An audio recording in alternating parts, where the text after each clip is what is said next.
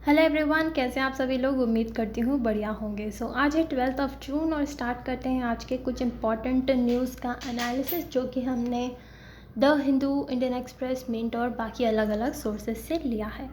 Start करते हैं हमारी पहली न्यूज़ के साथ जो कि आती है ब्रिक्स से रिलेटेड। ब्रिक्स एक ग्रुपिंग है, हम सब जानते हैं, और इनकी अभी फॉरेन मिनिस्टर्स की जो है मीट हुई रशिया में, और यहाँ पे काफ़ी सारे डिस्कशंस हुए। रशिया के निज़नी नवगोरोड में हुई, ठीक है, and they held a plethora of discussions. और बेसिकली 2023 में जो ब्रिक्स का एक्सपेंशन हुआ था, यानी कि कुछ कंट्रीज़ को उसमें और ऐड किया गया था। कौन कौन सी? Egypt, Ethiopia, Iran, Saudi Arabia और यूएई ने ज्वाइन किया था as full fledged members in 2023। उसके बाद ये हमारी पहली मीट है ब्रिक्स की, ठीक है। तो क्या क्या डिस्कशंस हुए इसमें बात की गई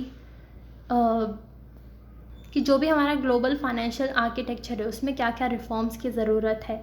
इसके अलावा जॉनसबर्ग 2 डिक्लेरेशन के पैराग्राफ 45 पे बात हुई। ये क्या है? इसमें बेसिकली फाइनेंस मिनिस्टर्स और सेंट्रल बैंक गवर्नर्स को इन कंट्रीज़ के बोला गया था कि आप इस पे कंसिडर कीजिए कि ज़्यादा से ज़्यादा हम लोकल करेंसीज़ को यूज़ करें, डॉलर पे ज़्यादा रिलाय ना करें, और हमारी लोकल करेंसीज़ को ट्रेड में यूज़ कर पाएँ, पेमेंट इंस्ट्रूमेंट जो है हमारे लोकल ही प्रमोट कर पाएँ।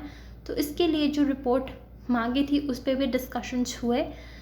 और उसके अलावा जो भी वॉर सिचुएशन चल रही है यूक्रेन में या फिर इज़राइल हमास के बीच, उस पर भी उन्होंने कंसर्न जताया। और न्यू डेवलपमेंट बैंक जो है, जो कि ब्रिक्स का ही बैंक है, उन्हें इनकरेज किया कि भाई आप मेंबर लेड और डिमांड ड्रिवन प्रिंसिपल जो है अप्लाई करो। उसके अलावा एनर्जी कोऑपरेशन पे भी बात हुई और ये सब बातें हुई। और रशिया में इसलिए हेल्ड हुई थी ये वाली मीटिंग क्योंकि रशिया ने अभी इसकी चेयरमैनशिप ले रखी है। बेसिकली रोटेट करती है पांचों के बीच में ये चेयरमैनशिप, और अभी रशिया के पास आ गई है। कब से आई? तो इसी साल के जनवरी के स्टार्टिंग से, ठीक है। इसके अलावा ब्रिक्स की बात करें तो उसकी फुल फॉर्म है Brazil, Russia, India, China, south Africa, और काफ़ी इंपॉर्टेंट ग्रुपिंग है जो भी इमर्जिंग इकोनॉमीज़ हैं हमारे, जो भी इमर्ज कर रही हैं, उन सारे इकोनॉमीज़ को साथ में लेके आते हैं। एंड इम्पॉर्टेंट इश्यूज़ पे डिस्कशंस होते हैं, चाहे वो पॉलिटिकल या सिक्योरिटी से हो, या इकोनॉमिक, फाइनेंशियल, या कल्चरल, या पीपल टू पीपल कनेक्ट, ऐसे अलग अलग पिलर्स पे यहाँ पे बातें होती हैं। 5 मेन कौन कौन से हैं जो पहले से हैं इसमें? वो ब्रिक्स तो आपको नाम से याद जाएंगे, Brazil, Russia, India, China, south Africa. ये कैसे याद रखेंगे? जो नए ऐड किए गए, तो फिर देखो, सबसे पहले ईरान। कोई रन कर रहा है, कोई भाग रहा है, हम पूछ रहे हैं अरे भाई क्यों भाग रहे हो? तो वो बोलता है कोई ईंट लेके मेरे पीछे पड़ा है, यानी कि कोई ब्रिक होती है ना, ईंट होती है जिससे घर बनता है, वो लेके मेरे पीछे पड़ा है, तो इसलिए ईरान भाग रहा है। क्या बोला? अरे भाई कोई ब्रिक्स लेके मेरे पीछे पड़ा है, तो अरे भाई से अरेबिया, सऊदी अरेबिया, ठीक है। और किसी ने इनको मार दी तो उई उई हो जाएगी, तो उई उई से यूएई हो जाएगा, ठीक है। तो फिर कोई समझाता है अरे भाई कोई तुम्हें नहीं मारेगा, ब्रिक्स अच्छी ऑर्गेनाइजेशन है, उसके साथ रहना बहुत ईजी है। ईजी से इजिप्ट आ जाएगा, और उनको क्या बोल रहे हैं? एथियोपिया यानी कि एथियोपिया, ठीक है।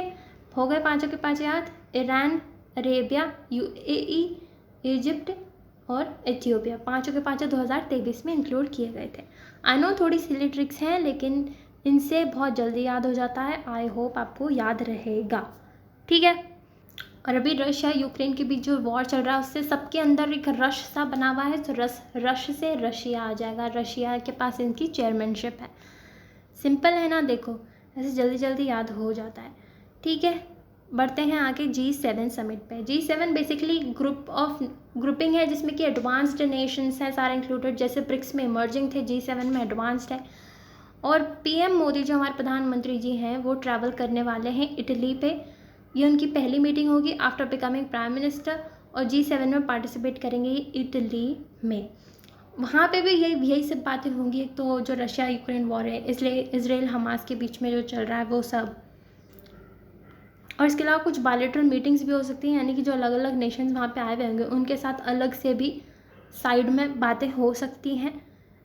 और लास्ट ईयर जो है तब भी हमारे मोदी जी गए थे, हिरोशिमा में हुई थी पिछले साल G7 की मीटिंग। सात कौन कौन सी कंट्रीज़ हैं, तो देखो यूएस, कनाडा, ये तो होगी नॉर्थ अमेरिका की। फिर यूरोप में आते हैं तो यूके, फ्रांस, इटली, जर्मनी और फिर जापान लास्ट में। ठीक है, सो ये 7 है, UK, US, France, US, Canada, UK, France, Italy, Germany, Japan. और अभी करंट प्रेसिडेंसी इटली के पास है, इसलिए इटली में हो रही है यह पूरी समिट। और ये मैंने बताया था group of 7 most advanced economies है और कंसल्टेशन वगैरह के लिए बनाई गई थी, पॉलिसी कंसिडरेशन के लिए बनाई गई थी। ठीक है, सिंपल सी बात है, इसमें तो कुछ याद कराने का है भी नहीं।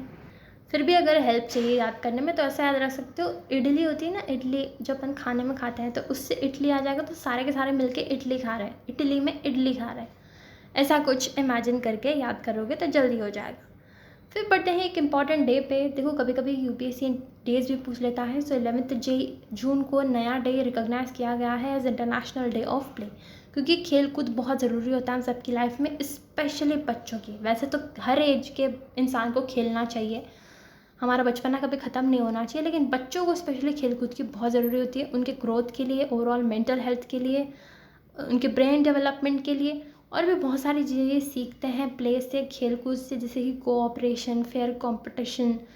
तो बहुत तरीके से एक ओवरऑल डेवलपमेंट होता है इंसान का, and it makes a better world. That's why this day has been recognized as the international day of play. याद कैसे रखेंगे, तो देखो अपन बचपन में खेलते थे ना कि भाई यहाँ से यहाँ तक का पाला है और इसके बाहर कोई नहीं जाएगा, यहाँ पे जो जाएगा आउट हो जाएगा, यहाँ पे जाएगा आउट हो जाएगा। सो ऐसे 11 याद रह जाएगा। और कुछ जने मिलके ही तो खेलते हैं ना, तो जून को जने पढ़ लेना, तो बस 11 जून को इंटरनेशनल डे ऑफ प्ले हो जाएगा। सिंपल सी बात है। बढ़ते हैं आगे। IPEF जो कि है Indo Pacific economic framework for prosperity, उनकी एक इन्वेस्टर फोरम हुई क्लीन इकोनॉमी से रिलेटेड। बेसिकली क्लीन इकोनॉमी जो होती है उससे रिलेटेड जो प्रोजेक्ट्स होते हैं, जो क्लाइमेट फ्रेंडली प्रोजेक्ट्स होते हैं या फिर जो सस्टेनेबल टेक्नोलॉजी से रिलेटेड प्रोजेक्ट्स होते हैं, उनके लिए इन्वेस्टमेंट कैसे ऑर्गेनाइज करना है, कैसे रेज करना है, उससे रिलेटेड फोरम थी, सिंगापुर में हुई। और इंडिया ने भी पार्टिसिपेट किया। इंडिया की तरफ से डिपार्टमेंट ऑफ कॉमर्स के हमारे सेक्रेटरी गए, क्योंकि इन्वेस्टमेंट की बात है तो ऑफकोर्स कॉमर्स के ही सेक्रेटरी जाएंगे। कौन गए? मिस्टर सुनील बार्थवाल जी, उनके अंदर ये डेलीगेशन गया। और इंडिया ने बताया कि हमारे यहाँ कितनी ज़्यादा अपॉर्चुनिटीज़ हैं इन्वेस्टमेंट की इन क्लाइमेट फ्रेंडली प्रोजेक्ट्स या सस्टेनेबल प्रोजेक्ट्स। तो इन्वेस्टर्स को बोला आप आइए और हमारे यहाँ इन्वेस्ट कीजिए।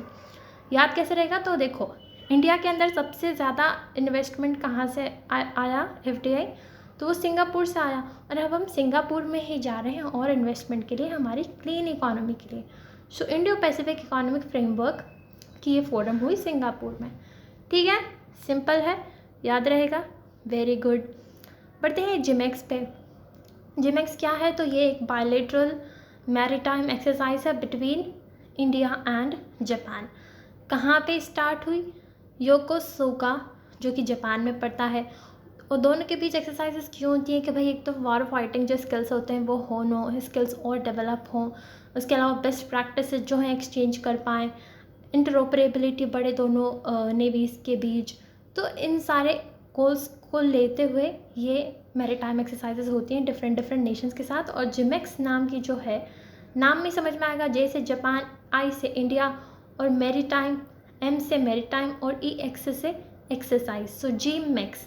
ठीक है, और तो ये हुई योकोसुका में। और इंडिया की तरफ से हमारा indigenous stealth frigate Indian naval ship Shivalik ने पार्टिसिपेट किया।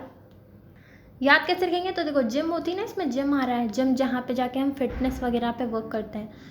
सो जिम में कोई गाना सुन रहा है योकोसुका करके, और हम जापान के साथ डांस कर रहे हैं, ऐसा कुछ करके इमेजिन करोगे तो फटाफट याद हो जाएगा। आई नो थोड़ी सिली होती है ये सारी ट्रिक्स, लेकिन याद करने में बहुत मदद कर देती है। फिर बढ़ते हैं प्रेरणा स्थल पे। कहाँ पे प्रेरणा की ज़रूरत पड़ रही है हमें, तो बेसिकली हमारा जो लोकसभा सेक्रेटेरिएट है उन्होंने वो डेवलप कर रहे हैं प्रेरणा स्थल, ताकि वहाँ पे बेसिकली इसके अंदर जो हमारे ग्रेट लीडर्स रह चुके हैं या फ्रीडम फाइटर्स जो हैं इंडिया के बहुत इंपॉर्टेंट, उनकी स्टेचूज़ लगाए जाएंगे ताकि उनसे इंस्पिरेशन ले सकें। ऐसे कुछ याद रख सकते हो कि लोकसभा बहुत इंपॉर्टेंट जगह है जहाँ पे बड़े बड़े डिसीजंस लिए जाते हैं हमारे सांसदों के द्वारा। तो वहाँ पे सबसे ज़्यादा ज़रूरत है प्रेरणा की।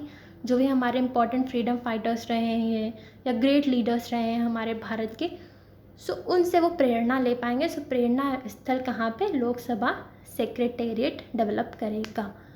ठीक है, सिंपल है। सो बस इतना ही था आज का सेशन। आई होप समझ में आ गया होगा। And that was all for today. Thank you so much. Have a nice day.